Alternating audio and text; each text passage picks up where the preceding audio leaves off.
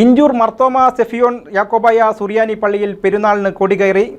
ഇഞ്ചൂർ മാർത്തോമ സെഫിയോൺ യാക്കോബായ സുറിയാനി പള്ളിയിൽ ശിലാസ്ഥാപന പെരുന്നാളിന് കൊടികയറി. വെള്ളിയാഴ്ച രാവിലെ വിശുദ്ധ കുർബാനയ്ക്ക് ശേഷം പള്ളി വികാരി ഫാദർ എൽദോസ് കാക്കനാട്ട് കൊടിയുയർത്തി.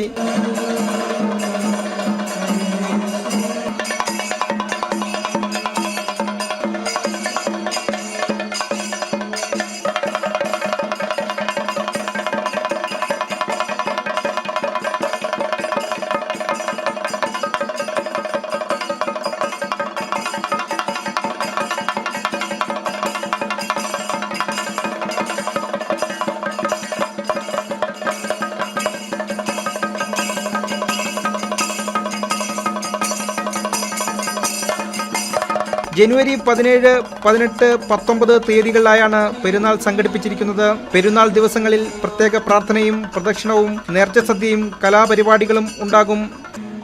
News desk KCV news.